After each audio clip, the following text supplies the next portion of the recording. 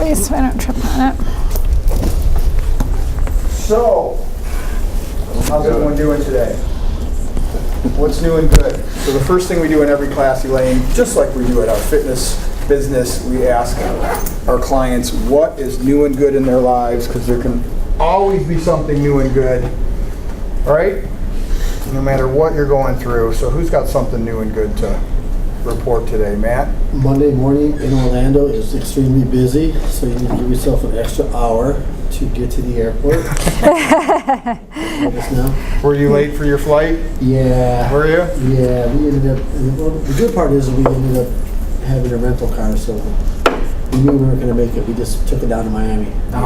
Flew in from there, I guess. So Miami's pretty. We got to see that. Yeah. Miami's a pretty place, a unique place. The sun's hot. It is hot. No kidding. Pretty pretty. One of our clients just returned from Orlando as well and said there were a lot of snakes down there. You had to make noise in the bushes if you're going in any type of vegetation because of the weather. So I'm glad I'm not down there right now. I do not like snakes. Yes, Nikki. This morning at the bakery, we had extra cookies. We baked extra cookies off. And you brought them in for your teacher, your Entrepreneurship 1 teacher. We were decorating them for the store. But we were making like skeleton cookies for Halloween. Since we had the extra ones though, I decided to do a little thing. I made a little alien cookie. So I thought it was And you brought that in for your Entrepreneurship 1 teacher. Are you getting started on food again today? What? Yeah. So a lot of our students are in the food area, right. specifically baking. They want to start bakeries, and Awesome. so we oftentimes, Matt wants to be in the pizza business, have his own pizzeria. I love that. So we oftentimes speak about food, which is terrible because this is about the time of the day when I have gone the longest without eating, and I'm not going to eat again probably for another 3 hours. So it's not good, but it is what it is. So my new and good is I am very excited to have my great friend Elaine Economou to speak to you today. I've known Elaine for many, many years, and she's a neighbor and a great friend. And she and I started our second business. She started her first business and my second business right around the same time. So we've kind of been on, and they're both in the fitness business, and she's on our advisory board. So she started, I think, a year before me. I think so. Yeah, a year before me, and she counsels me on good things in the fitness industry. And she is what's your official title? Do you have like a fancy? I do. schmancy? President and CEO. President and CEO. Okay. She is the president and CEO of Move, which is a Pilates and wellness studio. Their headquarters is right by Quality 16 in the plaza there, so go check it out. And she also has various satellite entities around town at various physical therapy businesses where they do help people recover from injuries. And she's going to talk to you today about whatever she'd like to talk about. All right? Well, my understanding is, thank you, Cyril. Thank you. And it's great to be in this business with you. Our businesses are quite different, but it's really fun to be watching how his business grows and some of the similarities, because we're both in fitness businesses. There are similarities, so it's really nice to share that journey with you. But my understanding is that it might be nice to hear my story and some of the things that were important to me in the process of becoming an entrepreneur, and my influences and how I knew I was on the right path. Does that sound like something that would be of interest to you all? What I popped up on the screen here is a book list. Entrepreneurs love to read.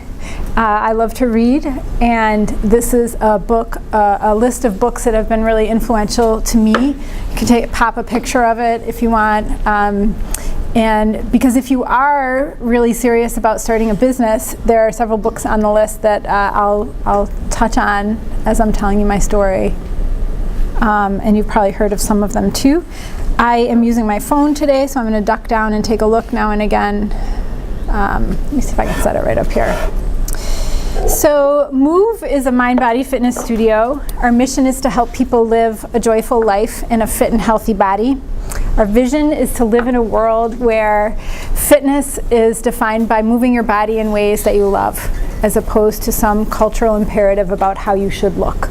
We want fitness to come from an internal motivator to feel good and take care of your body, as opposed to the pressure to conform to a certain body type or feel like you have to do something which isn't fun for you. And so we really challenge people to, when they come into the studio, to tell us what they love to do. What do you love to do in the world? What do you do? And then we find a plan. We help them put a plan together to reach those goals. Our values are excellence and integrity, community, mindfulness, and joy. And so those three things are mission, vision, and values. We measure all the business that we do by those, and that's our barometer for whether it's the right step for us, the right direction, if it's the right tactic for us, if it ties in with those three things. So we have 4 business areas. We have what we call our core services, which is kind of a joke because Pilates is about the core. But in our core services, we teach private training and group classes, and we have massage. We have a juice bar and a little bit of retail. Our main studio is only 2,500 square feet, so it's not huge. And we also have wellness coaching. And wellness coaching was the piece of the pie that really behavior change and really helping people. I've been training a long time, and I'll tell you a little bit about that. But once people started to change their bodies, they started to be open to reframing what they thought about their lifestyle. And that was really exciting to me, but I had no idea how to help them. And so I went out and did an accredited wellness coach training that made me really see that if we can help continue to match people up with what they love to do in the world, that it's going to be more likely, and what motivates them, what their passions are, it's really going to be more likely that they're able to empower themselves or be empowered to take care of themselves. So for me, that was really important. So that's our core services. That's one of our business areas. Our second business area is an instructor training program. We're instructor trainers, so we created our own pipeline for new trainers, which is really important. Ann Arbor and this Washtenaw area of Washtenaw County is actually quite saturated with Pilates studios, and I'll tell you a little bit about Pilates in a minute. And Pilates trainers are paid pretty well. They do a lot of training. They understand anatomy and kinesiology and human movement. We can deal with a lot of postural issues in post-therapy, pre-surgery. So they're in demand. And it was getting really hard for me to bring new trainers in. So we took the risk of creating our own instructor training program. We're about halfway through that right now. And it's unbelievably exhausting, but really rewarding. So instructor training, core services. We have a post-therapy fitness program that we partner with Probility.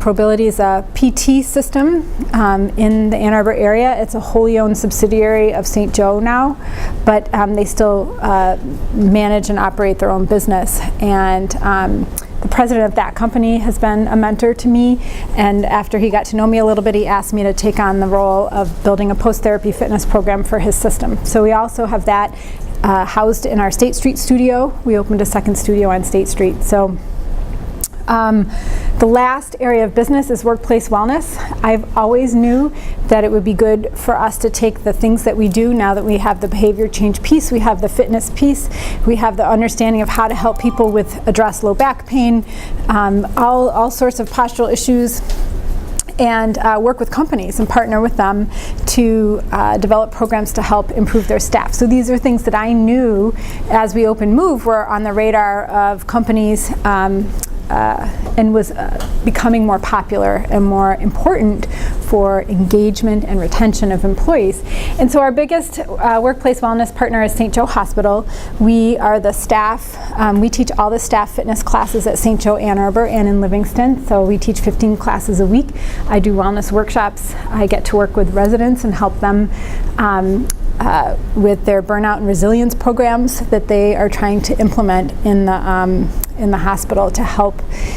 Data is demonstrating that physicians who are burned out, that safety numbers are impacted by burnout and physician resilience. And so it's all of a sudden becoming really important for hospitals to take a look at what they're asking of their employees and how to help support them so that they really understand how to care for their bodies. That's been really, really rewarding. We have a pilot program there in the outpatient surgery center where I have a staff person on site twice a week. So the outpatient surgery center is a busy place. People are there for the day having their procedures, and the staff is so busy. There's the pre-op staff, there's the post-op staff, and there's the operating room staff, and it's clinical team nurses and surgeons, and they can't leave the floor. And so the idea that the hospital's offering these classes for free and to these folks who can't leave their floor because their job is structured so that someone could die if they walked away, it was really frustrating to them. So I suggested that we go into the actual unit and we spend some time there a couple times a week just offering these brief interventions, whatever time they have. They might have 2 minutes, they might have 10 minutes. And we've been there since January and it's working really well. So hopefully we're innovating a little model that we might be able to replicate for other units. And so we're hoping that the hospital does some engagement surveys and things next April. And so I'm really hoping that this team's numbers are higher and that it points to our role there. So that's pretty exciting. So as I said, core services, instructor training, workplace wellness, and I missed one. Instructor training, core services, workplace wellness, and our core services. So that's who we are. We're only 3.5 years old. We opened 3.5 years ago in March, and I really believe that I'm a servant leader. In this journey, I've gotten to know myself, which I think is really the key to being an entrepreneur, a successful entrepreneur and a business owner, is being a good leader. And being a good leader is really understanding yourself. And that I went into this business saying I'm going to do whatever it takes. My mantra is leave no stone unturned. I have that on my desk. And I work really, really hard, but the hardest work I'm doing is really on myself. So, and some of the books up here that I noted are part of that journey, learning to have difficult conversations with people who like conflict. No, I don't want to talk about the fact that you stink and I've had to tell people that they literally smell bad and they can't train people if you smell bad. We're sort of a female, about 80% of my clients are female. Women are more sensitive to smell than men. And if a male or female trainer smells bad, it just can't happen. So I've had to sort of figure out how to have some of these awkward conversations in a way that doesn't make anyone feel terrible, because that's not the goal. The goal is to just continue to serve our clients. So that's who Move is. We have the 2 studios. We have the place over at St. Joe. We're working in Livingston County now. We've worked with other local partners, Probility, as I mentioned. Ann Arbor State Bank has been one of our workplace wellness partners. And it's really fun to bring new people into moving their body or considering to move their bodies this way. My story is that I've been moving my whole life. I grew up as a dancer and as a little girl. So I have a leadership coach, and recently my leadership coach asked me to write my leadership point of view. It's a whole leadership exercise. And I haven't quite done it yet, but I've started jotting notes down. And so a few of these tidbits come from that real reflection on, how did I get here? I'm almost 50 years old. How did I wind up right here, right now? And it's been kind of fun to look back and trace some of the things that have happened. So I won't bore you with all the funny stories, but one is that I used to dance a lot when I was little, and I loved to perform. And I remember asking my parents to watch me dance, and I'd say I practiced that so long, and my mom would say, well, do it again, and I couldn't do it again because I had just made it up. So I just would show her something else. It didn't matter. As long as I was moving my body, I really loved it. And then when I was in middle school, I was at a dance studio all the time, and they finally gave me a job. So I was an 8th grader sitting at the front desk taking the $3 per person and checking people's names off, and learned, my first lesson of, first of all, talking to the adults, because the moms would come in and give the $3. Second is, don't leave the money all over the desk. That was the number one lesson. Don't leave piles of singles all over the desk. evolved from that role into assisting the teacher teaching the classes, which got a little awkward right about 9th grade when I was teaching in the case at this studio, and it was a small town studio outside of Boston.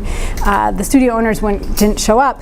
I wound up teaching the classes, and I was teaching kids who were older than me, so that was a little awkward. But I've been in dance studios my whole life, and that was my first foray into working in movement. And then when I was a senior in high school, this is super relevant, I decided I needed a job. I needed to raise $1,000 to go to college. My parents told me I was going to school on Long Island. You need $1,000 this summer, and you need to pay for your books, and you're spending money for school. And I said, okay, I don't want to work in the grocery, list of what I don't want to do. I don't want to babysit. I don't want to work in the grocery store. What do you want to do? And it was the first time I asked myself, what do I want to do? And I wanted to teach dancing. I love to dance. And so I went to the community ed director in my town, and I proposed, I probably had a piece of lined paper, this is my imagination because I don't really remember, and I wrote out, if we have eight or 10 people, young women, girls in the class, and they pay this much, and they come twice a week for 6 weeks, and then at the end we have a show, and all the parents come, I can teach these classes, and I could teach 3 or 4 classes a day. And so it was my first spreadsheet in my imagination, but I did have to have this conversation with him because he gave me the job, and I made what I needed to, and I got to do something I loved all summer. And so I just giggled when I thought of that because I deal with a lot of spreadsheets now. So I left my hometown, went off to New York, and went to school. And after college, I started out as a dance major and I started out as a business major and a dance minor. I went home after my first year and said, Dad, I have good news and I have bad news. The good news is I got a scholarship. The bad news is it's as a dance major. I'm not a business major anymore. And for a guy, this was in the late 80s, he really knew I was going to go to college and do whatever I wanted, but he grew up in the 50s and 60s. He wanted me to learn to type, and I had to take typing in high school to make him feel better. I took physics and calculus and all those things, but I had to learn to type because he wanted his little girl to go out into the world and make sure she could get a job as a secretary if she needed to. So I was no longer a business major, I was a dance major. I finished school, loved it. My favorite class at university was organizational behavior, and it was the first time I really saw the psychological aspect of business. It wasn't all supply and demand, and it was really human behavior and how that impacts what it is we do and how we connect with other people. And I since have learned in this journey to understand myself that I'm a really relational person, and that's really important to me. So I subtitled this talk today, Stomach Aches, Synergy, and Partnerships. And so after I left, and I'll tell you why, after I left school, I moved to New York City. I did the starving artist thing, and I was dancing all day. I would dance for 3 hours. I'd take 2 classes. I'd go to a restaurant and work, and I got a job as a nonprofit administrator, so I was using my business, and my dad was happy. And after a while, I just kept getting this stomach ache, and it wasn't literal. I wasn't sick. It was just like something's not right. And I now know that's my intuition talking to me. And I've been able to sort of identify that over the years is when I have that funny feeling, there's something funky happening, and I have to take a step back and I have to figure out what's going on. I had said to a friend of mine, 2 things. One, I said, and really we were young women living in New York City, and we're talking about what the rest of our life was going to look like, and where we're going to wind up. And I said, oh, you guys are crazy. I'm going to live in New York for a while. Remember, I'm from Massachusetts. I'm going to meet a great guy, and I'm going to move someplace far away like Michigan, and I'm going to go live on a farm, and I'm going to dance in the forest. Well, I got a call from my husband about a month later through a referral. I also decided at that time that I wanted to do something that brought me joy. There were so many dancers trying to get so few jobs. I'd go to an audition for modern dance. I'm not a musical theater person. I'm not a ballerina. I'm a classically trained modern dancer. And there would be 150 women for 8 spots. And there'd be 20 men for 8 spots. And it was just not possible. I could continue to go on the way I was going, but I knew I would never perform. And to me, I had to start asking myself the harder questions of, what is really important to me? I don't care where I move. I love being in the forest. Wouldn't it be nice to just live on a farm? And I also made that statement to my friends, and I also said, I need to do something that brings me joy. Like, this is too hard. I was waiting tables all the time. I was, working for the dance company, and I was dancing myself. So, and New York is expensive. Like, it was crazy expensive. And I said, I'm going to get a job working with kids again, because I did that in high school, and I liked it so much. So the next part of the story is serendipity. I mentioned it to one of my college professors. She said, oh, I never get calls like that. She called me a week later and said, I got a call from a guy in the South Bronx. He needs a choreographer for a musical for a high school. I thought, oh, that's far away. I'll go meet him. And it was a Catholic high school teacher, nice guy, and he didn't hire me. But he referred me to his good friend named Pat, who's from Michigan. And Pat hired me. And everything happened when he finally told me 6 or 7 months later, after the show was over, when we started dating, that he lived on a farm in Michigan. I was like, no, you do not. And he said, I did. I grew up on a farm. I grew up on Dancer Road. I said, you did not. That can't be true. And it really is. So there is this serendipitous element that I've been able to be open to in my life that has been really helpful to me. And so the stomachache was my intuition, and the serendipity is present and comes back. So I come to Ann Arbor.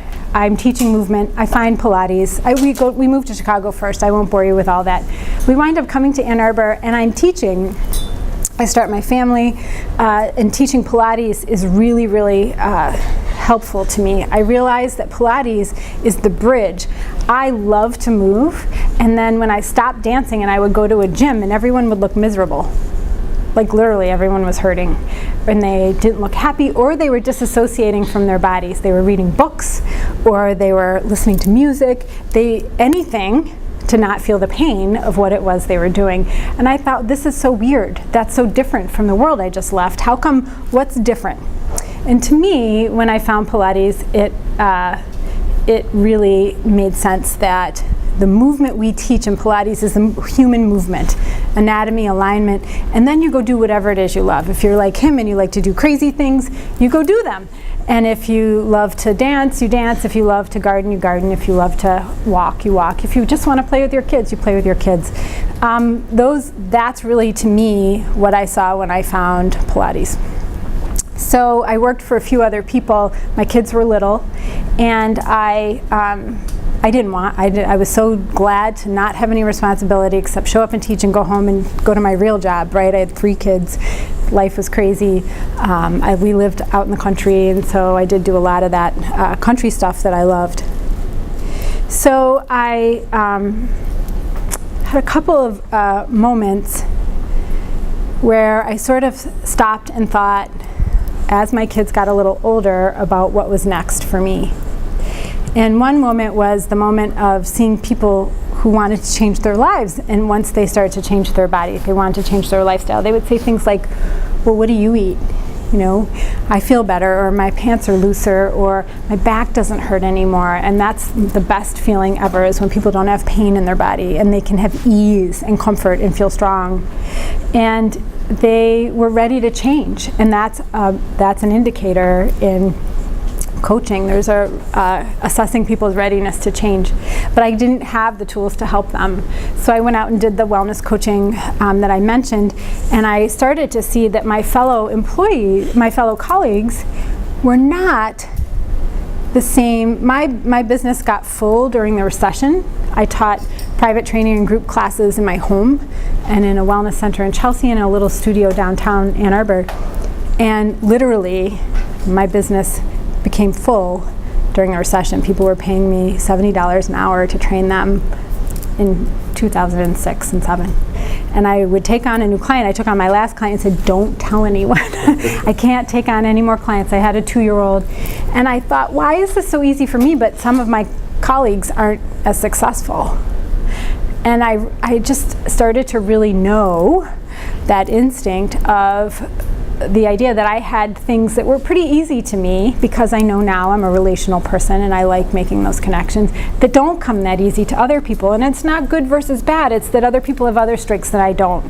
And I thought, well, what if I can help them? What if I can figure out how to help them do better? And what if I could figure out a business model that would really support that? So at the time, I was learning what I was good at, what I wasn't good at. What I'm not good at is, remember I said the $3 counting? That was about the extent of how good I was at counting money, because I needed to hire a bookkeeper, because I somehow couldn't count 8 sessions for 10 clients and keep track of it all. And someone made the really brilliant suggestion to me, you work 1 more hour a week, you can pay somebody to do your books. It's like, well, there you go. That's going to save me the biggest headache I have. So I hired a woman I knew named Robin, and Robin and I got to know each other. She has a very entrepreneurial mindset as well. And we started to dance around the idea of having a business together, and we weren't sure when or why or how that was going to work. So Robin's dad was an entrepreneur, and she just loved that spirit about him. He was older and he was living down in Florida. And then we had this bizarre moment. Our dads died a day apart. Mine was very, very ill, and we knew he was in hospice care. And Robin's dad had fallen, but no one expected him to die. But they died a day apart. And we came back together later that month, and we realized, like, the serendipity of that moment. We can't go back. If you've ever had grief in your life, you know that you can't take a step back into the world the way it was. You're changed. I liken it to a new lens over your eyes. You see the world differently. And for me, it was, I know there's something in me. I have this calling. And then all of a sudden, it made me feel like I was pregnant again. Like, I've got this idea, the baby's coming, we just all have to batten down the hatches and figure out what we're going to do with it. So a year later to the day, we opened our business. And so there was a heck of a lot of planning and organization that had to happen between in that time. What we've learned since then is that we're really lucky, because we didn't do a lot of the preparation that many business partners do or should do to start to work together, but we're so well suited for each other. She's a numbers person and very detail oriented, and I'm a big picture person. We know that most entrepreneurs are visionary and they're not integrators. And so I know that when my brain gets cloudy and there's something that I can't manage, I can't figure out how to execute, that it's an integration issue, and I don't have that skill. I have to figure out how to find it. So Move opened a year later, and we have, like I said, a staff of about 25 people. We're on track to hopefully hit $1 million in 2 years, 3 years. That's gross revenue. I was teasing Cyril earlier, revenue is vanity and profit is sanity. But again, we've been lucky enough now that we understand a lot about the nuts and bolts of what it takes to be good leaders, have a good business, and work together. So a couple of the things that I wrote down about being a successful entrepreneur is that you have the mindset. If what I'm describing my story of being open to the process, I tell people I've never really looked for a job. Jobs have really found me. If that idea makes you nauseous, to get back to my stomachache, then maybe being an entrepreneur isn't for you. But I've really been open to sort of the journey of figuring out what it is I'm supposed to do. I took jobs when I needed money to help support my family. But someone once said to me, "Oh, if this doesn't work, you can always go work at Burger King or McDonald's." And for me, I knew that I always had to be doing something that I love. So I could go work at Burger King or McDonald's if I could be passionate about it. And so that first key of really understanding and knowing yourself, I think, is super important. So my list of things to be a successful entrepreneur are that you're willing to work the long, hard hours. People ask me, how many hours of the week do you work? And I say all of them. willing to work on yourself and admit what you don't know or do well. It's been such a relief to be able to say, I'm not an integrator. I don't have to pretend I am. I'm also not, so I'm a really good trainer. I know that. I love teaching movement. I love bringing things out of people's bodies. I love helping athletes or dancers or people of all ages. I have 80-year-old clients move their bodies the way they want to. But I know that I don't have a graphic sense. I don't have a visual sense, so I can't really make a flyer, or I tried to make a flyer recently and my graphic designer looked at it and said, "Who made that ugly flyer?" I said, "I'm sorry, you were busy and somebody needed to, so it's me." Looking at the big picture and really understanding that how your industry is changing. My industry is changing unbelievably all the time. We landed in this niche because of these relationships that I've developed and partnerships. Again, I've been lucky enough to have lived and worked in this community for 20 years. And I went out when I opened Move and talked to everyone I know. I called it low-hanging fruit. I would just go out and tell them what we were up to, and lo and behold, somebody asked me to start a post-therapy fitness business program, and lo and behold, I met somebody at St. Joe who hired me for that niche. So I feel like really being willing to genuinely and authentically put yourself out there is really important. We knew we were on the right track because every time we had a business question, that person would present themselves somehow. we would need, my leadership coach was a client of mine. I didn't know she was a leadership coach. I thought she was a writer, did writing.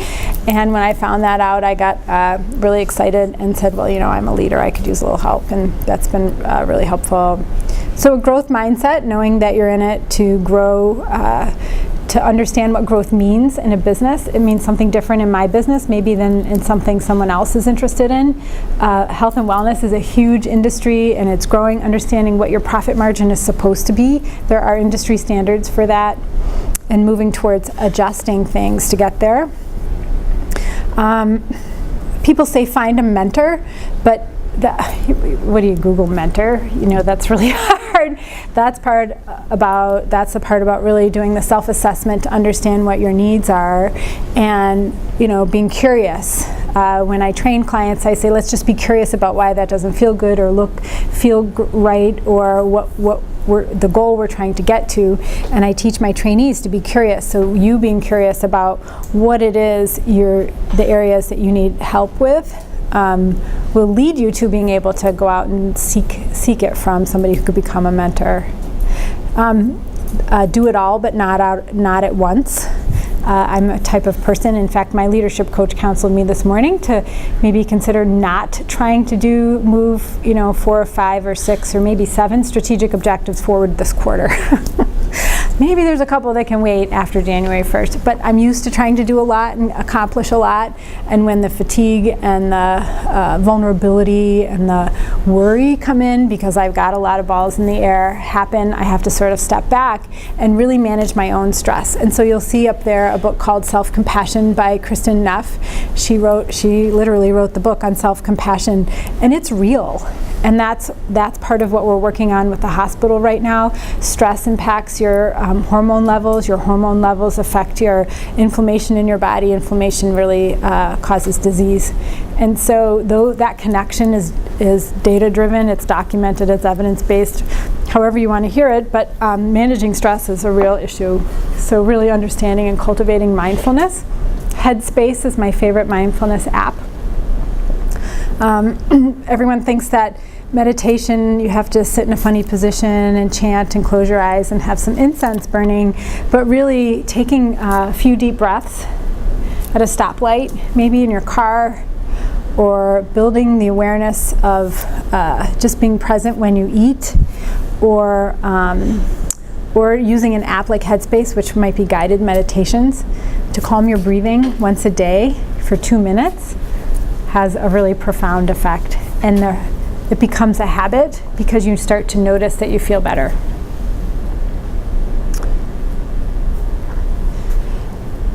Get your support system in place. Maybe you have friends or family. Your sounding boards, know who they are, and let them know that if you're going to start this business that you're going to be relying on them. and make sure you understand their boundaries about when you can call, when you can be in touch with them. My husband and my best friend do that for me. My kids are super supportive for me. One was texting me this just before I came in, offering me encouragement. And figuring out where your BHAG is. That's Jim Collins. Has anyone read Good to Great? Do we have any really passionate entrepreneurs in here who are raring to go with a business idea? Good to Great is the first book you should read. Jim Collins wrote it. And it really is a vocabulary that a lot of people use in business. And your BHAG is your big, hairy, audacious goal. And it's, where do you want to go? You want to sell your business in 10 years? Do you want to, get to an X percent of revenue and profit? What are your goals? And they say to have the end in sight. I don't really have the end in sight. I don't have a clear plan, but I know I'm moving toward that. I got a call 2 weeks ago. It's really interesting. I got an email from I know he's a young guy now, but his name's Ross. He went to Ross at U of M, and he said, "I've got an opportunity. I work for an investment. I have an investment backing to buy a business in Ann Arbor, and I'm interested in finding a business in the health and fitness industry. I'd like to talk to you. Maybe you want to retire." And it was a nice email, and I didn't write him back right away. I had to talk to my business partner first, and I thought, oh no, it's too soon. It's only been 3.5 years. What do I do? And Send it my way. Yeah, I will. I just want to teach for the rest of my life. You're great at teaching, Cyril. I want you to come teach for me. Yeah, I want Cyril to become a Pilates teacher. So that's his next career. We won't tell his wife that, but so I spent 3 days sort of walking around going, what would it feel like if I didn't do this every day? I mean, how many hours a week do I work? All of them. And I love what I do. I love my staff. I love my clients. I love the community I'm building. And so he wrote me again. I mean, I hadn't gotten back to him on Sunday, and he wrote me again. And I said, I'll talk to you tomorrow. And I talked to him last Monday, and I just said, I'm really grateful for this, interest. It's flattering for sure. I don't have the business model that he was looking for, so I know the numbers he was looking for, and we're not there. But I didn't tell him that, so don't tell him if you meet him. Anyways, I just said I can't imagine that I would do anything else at this point. Number one. Number two is I can't imagine that somebody coming from the outside into my business at this point would be able to keep it successful because of how I know myself as relational, how connected I am to our community and the partnerships that I manage, and how connected I am to building that tree of connection and community out into our Move community. So it was really flattering, but it's not my time yet to even consider that. But it was a great conversation with my business partner for us to take the time to understand how to structure the business around every business has a sales model, like what you need to your EBITDA, whatever you have to get in, whatever numbers you need to even be considered for purchase in that industry. So we're going to start to look into, Cyril, maybe you know some of that. I know PT, I was told, is like 5 times EBITDA. But we don't know any of that yet. So we'll figure that out. So partnerships have been really key for me in connecting and building the business. In terms of knowing myself, I know my Myers-Briggs. I took another test called the Enneagram, which has been super helpful. And anytime I am trying to really understand my reaction to something, whether it upsets me or excites me or I'm confused, I go back and look at those descriptions, and I can usually see something about myself in there that helps me problem solve to understand why I'm feeling the way I do in the moment. Here's, I've got one more thing, just a vignette. I'll tell you that in my industry, Pilates, there's not a lot of, we're still trying to, Joseph Pilates developed this work 100 years ago in World War I. And it was before PT and OT and NET we have. And it was really understood as sort of he understood how to organize the movement in the body, the musculoskeletal system, based on understanding how to mobilize and stabilize the deep muscles of the spine. We call it the core now. So it's been around for a long time. We are still trying to build credibility for Pilates in the world. And because I know this, I know that they're looking for more research in my industry, and so I'm trying to build up a research project through the University of Michigan to partner with some of our clients who are people who are influencers on balance, and they have populations that they serve. So really trying to understand what is happening in my industry and help trying to move it forward on that level as well. And the last piece is that there is a franchise. There's a studio called Club Pilates. There's now one in Ann Arbor on the east side.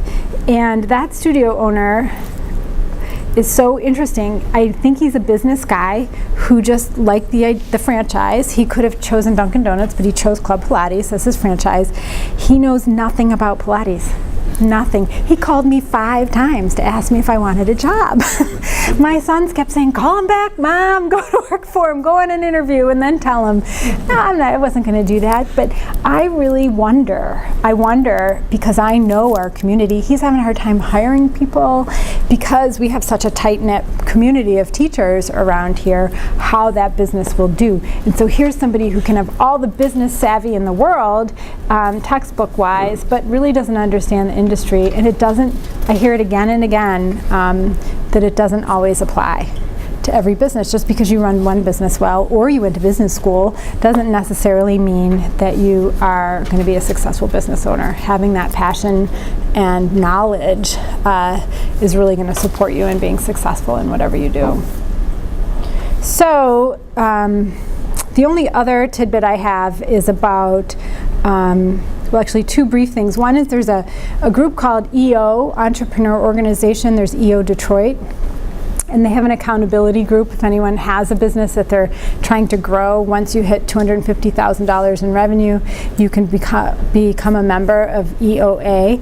I didn't go to business school, as I told you, and I kept sort of face-palming saying, do I have to go to business school to figure this out? Like, it's not going to happen at this point.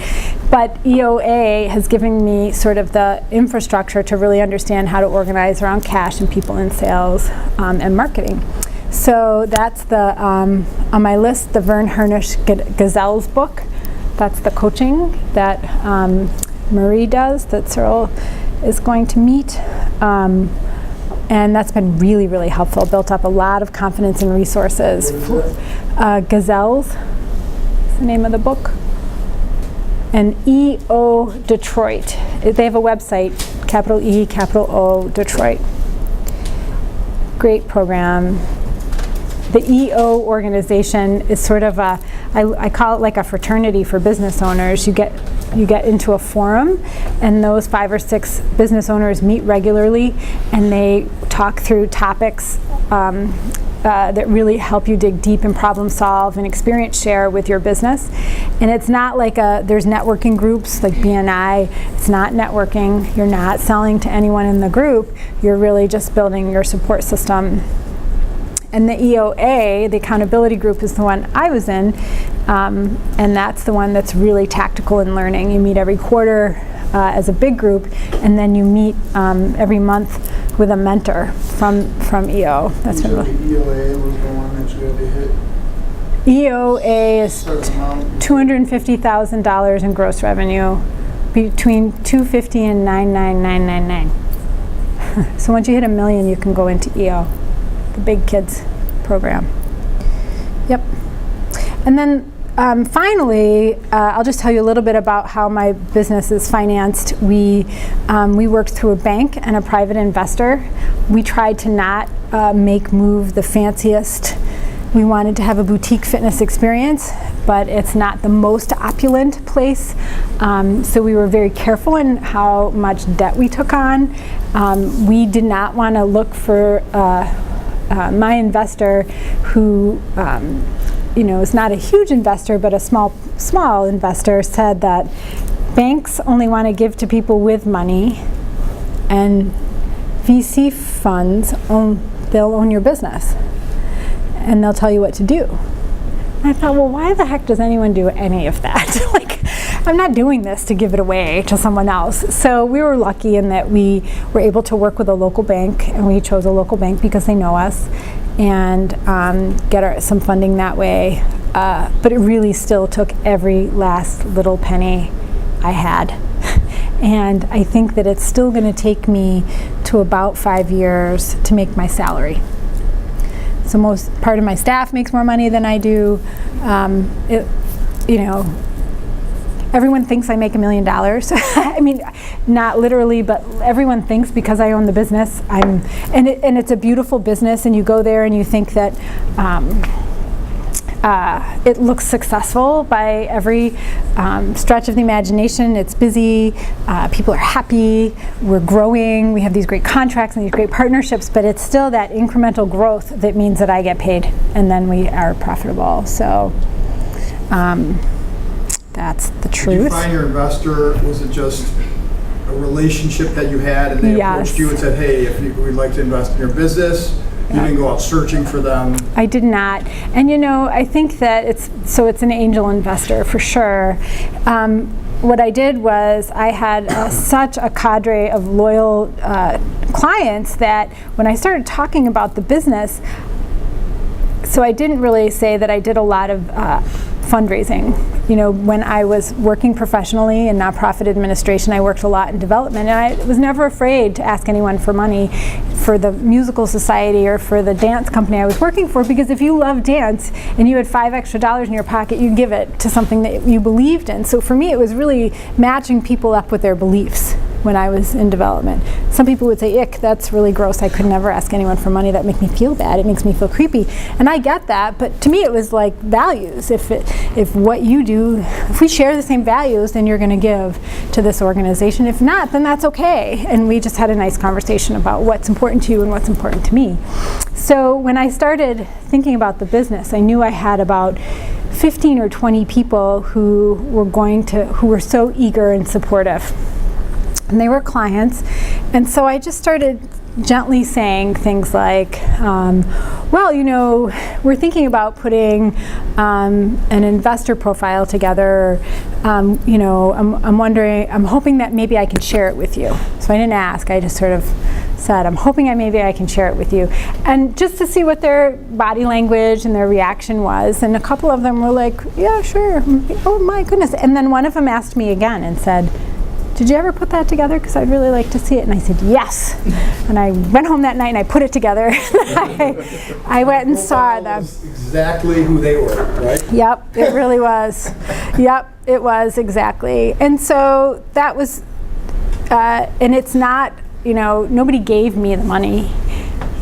Nobody's giving you any money. Anyone who has any money to give knows how to make it make sense. They can make it easier on you than they might. And I have a business lawyer. My husband's a lawyer, but he's not my lawyer.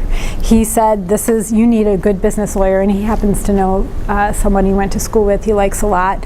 And so he said, you need to go see him, and he's going to manage this for you. And that's really what, part of the picture of really finding the people and support you need at times like that. I know what I do well, and I'm not a lawyer, so I just let him figure it out. And that's it, I think. Thanks. Any questions? I have a quick question. Yeah. You were mentioning the Myers-Briggs test, and you had said you did something else. Yeah, it's called the Enneagram. I say it wrong all the time. I'll spell it ENNEAGRAM.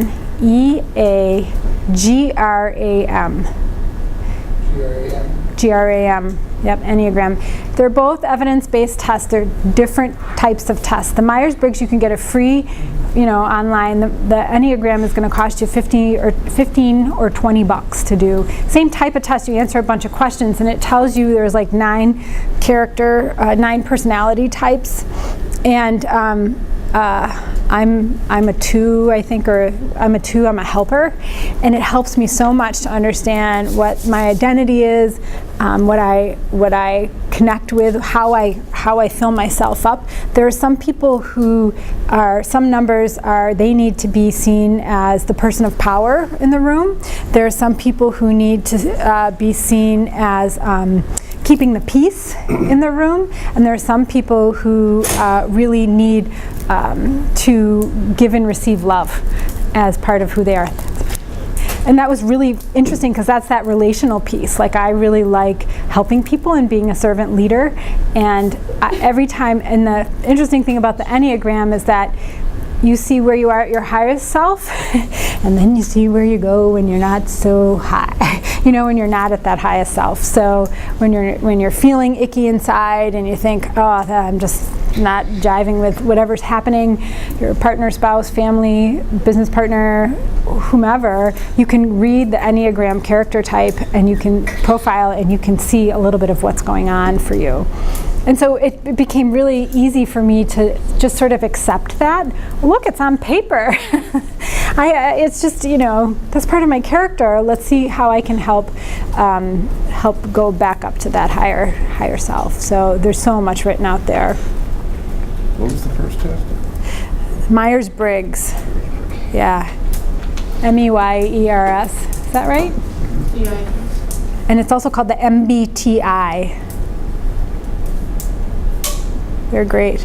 There's some new emotional intelligence 2.0 or something that Yep. I've heard about. Yeah. Well, there's the one I use in coaching is called the VIA Character Strengths Survey. Have you heard of that one? Martin Seligman. So it's called the VIA Character Strengths Survey.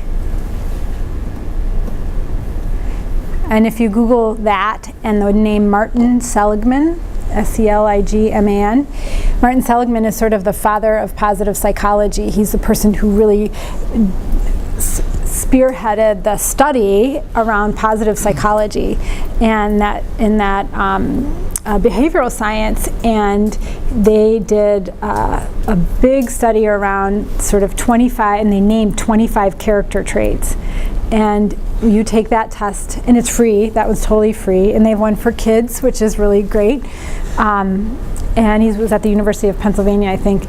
And you look at what your top 5 character strengths are. It's so fascinating. It might be leadership, or it might be a love of things beautiful, or it might be learning.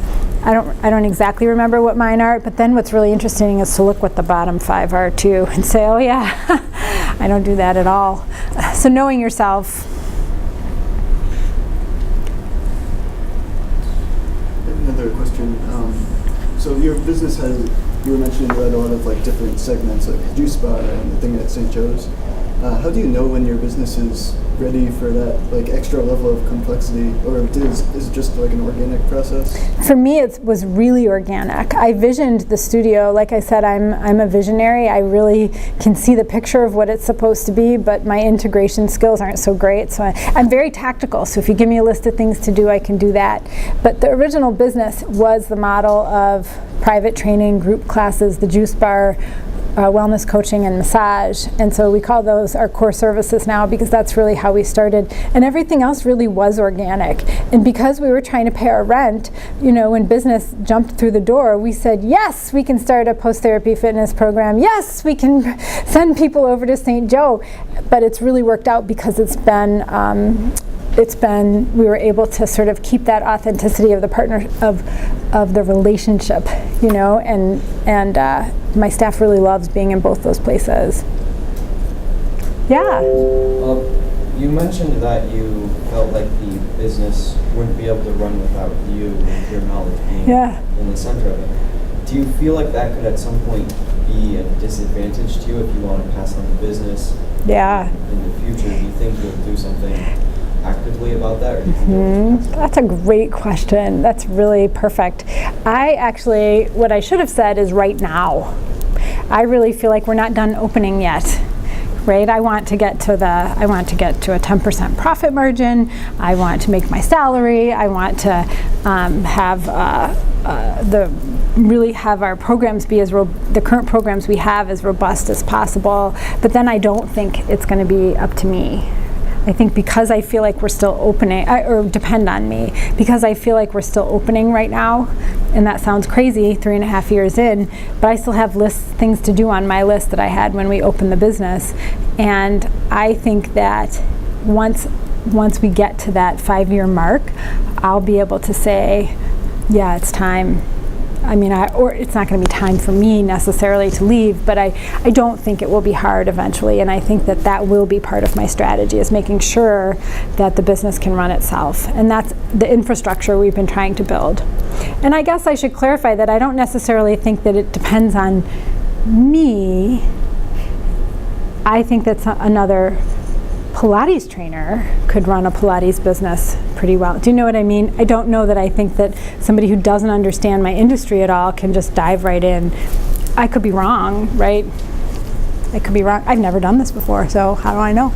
But yeah, I think it'll be a very intentional part of my process, for sure. Yeah. Yeah. Have you had any issues with coming from being a coach and having your individual clients to now being a business owner, having to do so many different things, and not being able, probably, you love coaching a lot of people in the fitness industry, or whether you're a baker, you love to bake, and you think, well, I love to bake, so I would automatically love to have own a bakery. On the business versus in the business. Right. Yeah. So have you had any challenges with that? Yeah, it was a big challenge. Exhaustion for me. I used to train 30 or 35 hours a week. So I would have 30 client hours a week. And then once the business started, we slowly winnowed down my schedule to where I only train 9 hours a week right now. I don't teach. I'd be training a client and think I'm doing somebody a disservice because I feel captive. I have so much to do. I know I'm not going to go to bed tonight until I get X, Y, and Z done, and it's not fair that I'm not completely present with this client. And when I was able to have the conversation with them that way, it really sort of resolved. I had there's one client I see 3 days a week. She won't see anyone else.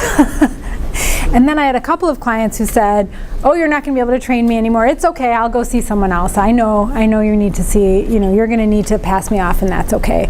And so I passed them off right away, even though I love them all, and I love teaching. So I do. I subbed a class. I'm the perennial substitute, so if every person is asked and no one can sub a class, they know that I'm going to go in and teach it. Right, Cyril? Yep. And I got to teach last week. I had the best time. I thought to myself, I really love this. I still love to do it. But I know the pressure I would put on myself if I was trying to commit to teaching a weekly class. So yeah, it's been a dance to figure that out for sure, on the business versus in the business. Mm-hmm. Yes. Yeah. Good stuff. Yeah, so I have my business cards, and I have some 3 free class cards. So if anybody wants to come in to Move and give it a try, you're welcome to take one. So I can leave these up here. If anyone has any questions, you can feel free to reach out to me anytime. I wish you lots of luck with whatever you're going to do. Thanks.